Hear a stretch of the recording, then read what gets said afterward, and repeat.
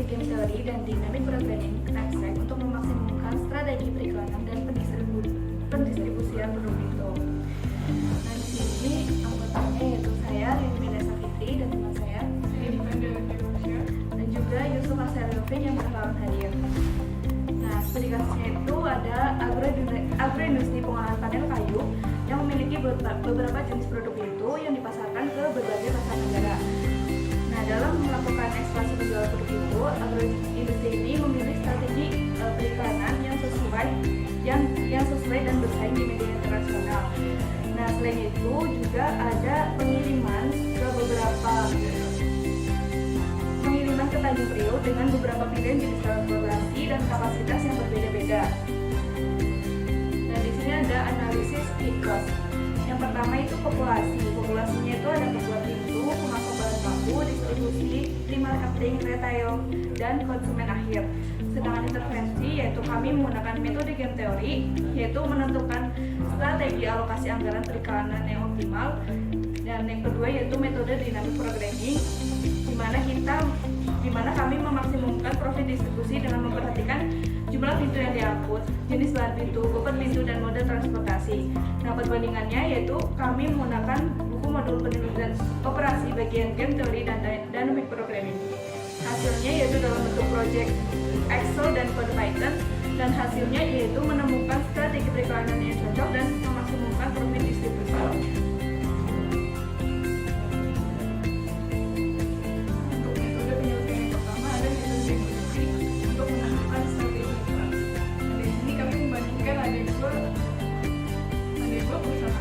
Yaitu PT XYZ dan PT KSS, di mana kedua perusahaan ini ingin melakukan media marketing yang baru. Nah, mereka menggunakan 5 media, yaitu billboard, email, radio, sosial media, dan TV.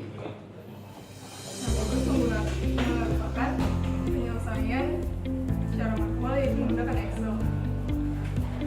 Nah, hasilnya didapatkan titik mana sebesar negatif 451,85.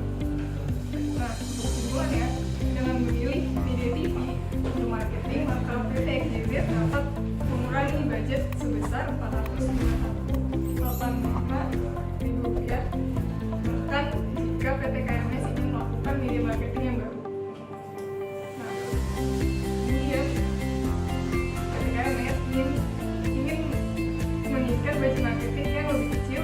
Budget yang dapat dikurangi hanya akan maksimalnya sebesar Rp461.085 dengan menggunakan media. Demikian juga dengan PT KMS. Untuk budget yang dapat mereka tambahkan paling minimal sebesar Rp421.080 untuk merespon media marketing PT XYZ, yaitu menggunakan media billboard. Nah, berikut ini merupakan penyelesaian menggunakan codingan yang sudah didapatkan sama. Yaitu dynamic programming, kita menggunakan belajar Knapsack, di mana ada 5 bahan pintu yang digunakan, yaitu pertama kayu jati dengan bobot 50 kg, itu per unitnya dengan harga 15 juta, kayu mahoni 40 kg dengan harga per unitnya 6 juta, kayu cedar 35 kg dengan harga per unitnya yaitu 9 juta, kayu kamper 40 kg dengan harga per unitnya yaitu 4,5 juta, dan aluminium yaitu 20 kg dengan harga 4 juta. Nah, di sini ada codingan di Python.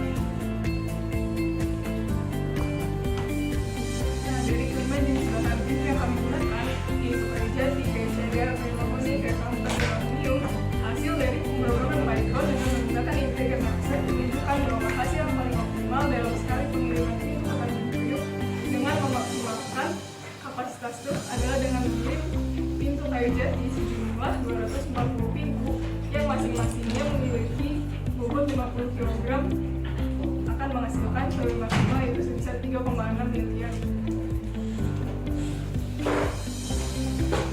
Nah, berdasarkan dari hasil analisis menggunakan metode game theory untuk menentukan strategi iklan dan metode Knapsack untuk memaksimumkan profit distribusi produk pintu, didapatkan bahwa hasil dari perbandingan dua perusahaan, strategi iklan yang paling optimum adalah dengan menggunakan media TV untuk dapat mengurangi budget sebesar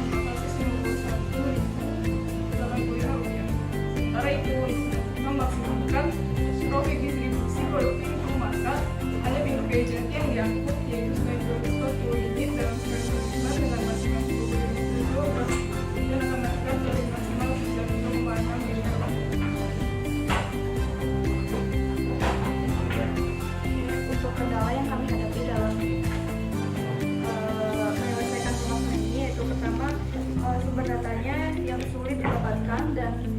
misalkan variabelnya juga masih ada kendala penyelesaiannya. Sekian dari kelompok kami. Wassalamualaikum warahmatullahi wabarakatuh. Waalaikumsalam.